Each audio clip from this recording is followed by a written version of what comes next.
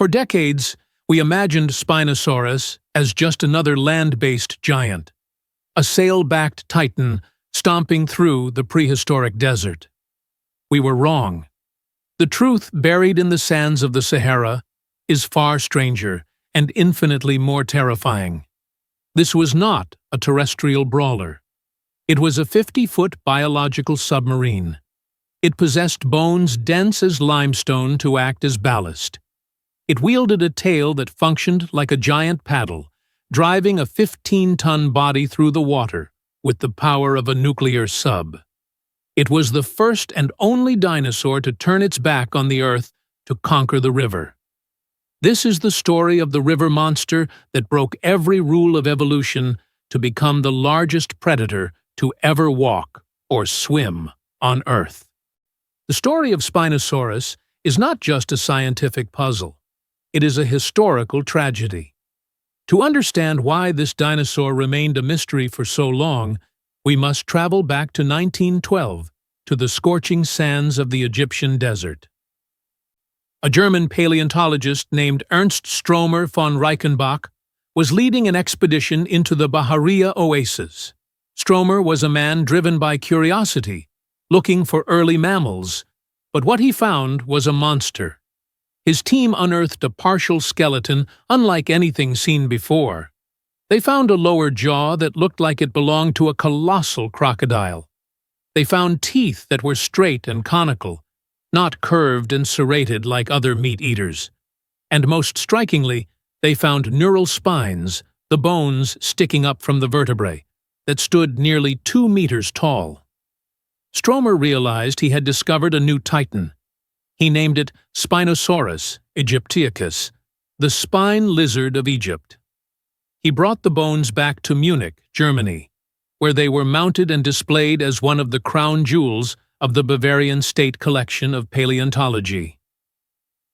For decades, it stood there, a baffling enigma of a creature that was clearly a predator, but looked nothing like an Allosaurus or a Megalosaurus. Then came the Second World War. As the conflict ravaged Europe, Stromer grew desperate.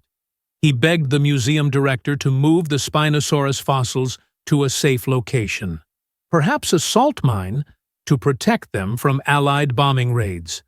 But the director, an ardent Nazi who disliked Stromer's anti-regime stance, refused. On the night of April 24, 1944, the Royal Air Force bombed Munich. The museum was hit directly. The firestorm that followed was intense enough to melt rock. The only known skeleton of Spinosaurus was reduced to ash and dust. For the next 50 years, Spinosaurus became a ghost. It existed only in Stromer's old drawings, sepia-toned photographs, and the imagination of artists who didn't know how to reconstruct it. They drew it as a generic carnosaur with a sail glued to its back, essentially a T-Rex with a fin. This was the image that persisted until the early 2000s.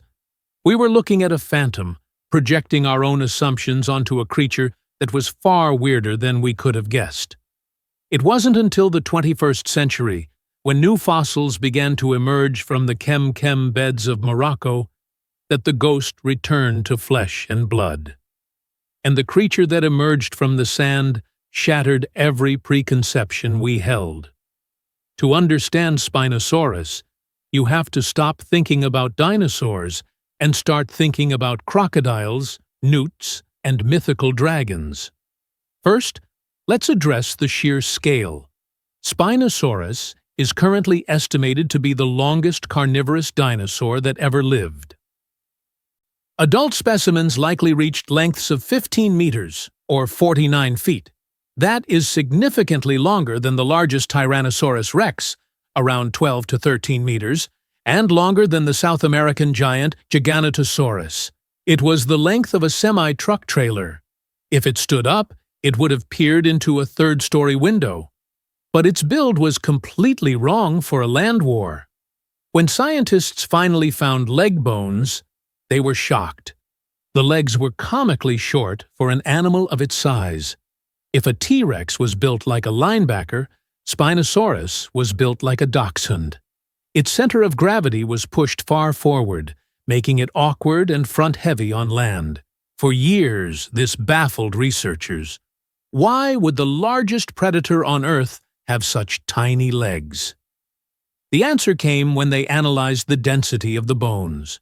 Most predatory dinosaurs, like birds, have hollow bones. This makes them light, agile, and fast.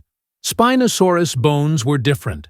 They were osteosclerotic, dense and solid, with almost no marrow cavity. In the animal kingdom, dense bones are a specific adaptation found in animals like penguins, manatees, and early whales. They act as ballast. They allow an animal to sink and maintain neutral buoyancy in the water without having to fight against the lift of its own lungs. Spinosaurus wasn't built to run. It was built to sink. It was a biological submarine. And then there was the tail. For a century, we assumed Spinosaurus had a stiff, tapering tail like every other theropod, used for balance. But in 2014 and 2020, revolutionary finds revealed the truth. The tail of Spinosaurus was tall, thin, and incredibly flexible. It had long spines sticking up from the top and bottom of the vertebrae, creating a broad, oar-like surface. This wasn't a balancing pole, it was a propulsive organ. It functioned exactly like the tail of a giant newt or a crocodile. While T-Rex relied on its massive thigh muscles to run, Spinosaurus relied on its massive tail muscles to swim. It didn't just wade in the shallows, it powered through the deep water, driving its massive bulk forward with a sinusoidal motion to catch prey that no land dinosaur could reach. Why would a dinosaur evolve to leave the land? Why abandon the solid earth for the water? The answer lies in the ecosystem it inhabited. The chem beds of Cretaceous North Africa, roughly 95 million years ago, were not the arid deserts we see today. They were a vast, sprawling system of mangrove swamps, deltas, and wide, deep rivers. Paleontologists have nicknamed this time and place the most dangerous place in the history of planet Earth. It was an ecosystem defined by excess. It was home to Carcharodontosaurus, a land-based predator with serrated teeth that rivaled T-Rex in size. It was home to Deltadromeus, a fast-moving raptor-like giant. It was home to Rugops, a scavenger that cleaned up the scraps. On land, the competition was fierce. If Spinosaurus had tried to compete as a terrestrial hunter, it would have been fighting for every scrap of meat against rivals that were built for the ground. So, Spinosaurus did what evolution often does. It found a vacancy. It looked at the water. The rivers of the chem were teeming with life, but not just any life. These waters held fish the size of cars. The primary food source for Spinosaurus was likely Onchopristis, a prehistoric sawfish. This wasn't a harmless bottom feeder. Onchopristis grew up to 8 meters, 26 feet long. It possessed a rostrum, a snout, lined with barbed teeth that could tear flesh to ribbons. To hunt a fish that is large enough to swallow a human whole, you cannot be a normal predator. You need to be a monster. There were also giant coelacanths like Mawsonia, armored fish the size of small boats. This was the Hellish Aquarium. To survive here, Spinosaurus had to evolve into the ultimate fisherman. It left the land to the Carcharodontosaurus and claimed the river for itself. By doing so, it accessed a food source that was abundant, high in energy, and largely untouched by the other giant theropods. It became the king of a wet, murky domain where a T-Rex would have struggled to keep its head above water. Every inch of the Spinosaurus was fine-tuned for this aquatic lifestyle. Its skull is the most obvious indicator. Unlike the boxy, crushing skull of a tyrannosaur, the snout of Spinosaurus was long, narrow, and slender, resembling that of a modern gharial. This shape is hydrodynamic. It allows the animal to sweep its head sideways through the water with minimal resistance to snatch a passing fish. Inside that jaw were teeth that told a specific story. A T-Rex tooth is serrated, like a steak knife, designed to slice through meat and crush bone. A Spinosaurus tooth is smooth, conical, and round. It looks like a spike. These teeth interlocked perfectly when the jaw was closed. This design is not for slicing. It is for gripping. Fish are slippery. If you bite a fish with a serrated knife, it might slide out. If you bite it with a cage of spikes, it stays trapped. Spinosaurus didn't kill with a crushing bite. It killed by piercing and holding, thrashing its prey until it was subdued. But hunting in the murky, sediment-filled rivers of the Cretaceous meant that vision wasn't always reliable. The water would have been dark, clouded with mud and blood. So Spinosaurus evolved a sixth sense. At the tip of its snout, paleontologists found hundreds of tiny holes called neurovascular foramina. In modern crocodiles, these holes house pressure sensors that can detect minute disturbances in the water. A crocodile can sense a wildebeest drinking in the dark just by the ripples it creates. Spinosaurus likely possessed this same tactile sense. It could hunt blind. It could feel the pressure wave of an Onchopristis swimming nearby, snap its jaws shut with reflex speed precision, and secure a meal without ever needing to see it. Even its hands were specialized. Unlike the tiny, two-fingered hands of T-Rex, Spinosaurus had massive, robust arms equipped with 3 fingers. The first finger bore a monstrous, curved claw that resembled a meat hook. These arms were strong enough to tear through the tough skin of fish or to dig into the muddy banks of the river. It could use these claws to gaff a giant fish like a grizzly bear snatching a salmon, hauling the slippery prey out of the water to be consumed. Of course, we cannot talk about Spinosaurus without addressing the elephant, or rather, the sail, in the room. The neural spines on its back grew up to 2 meters, 7 feet tall, supporting a massive web of skin. This is one of the most iconic and puzzling features in dinosaur anatomy. What was it for? For decades, the leading theory was thermoregulation.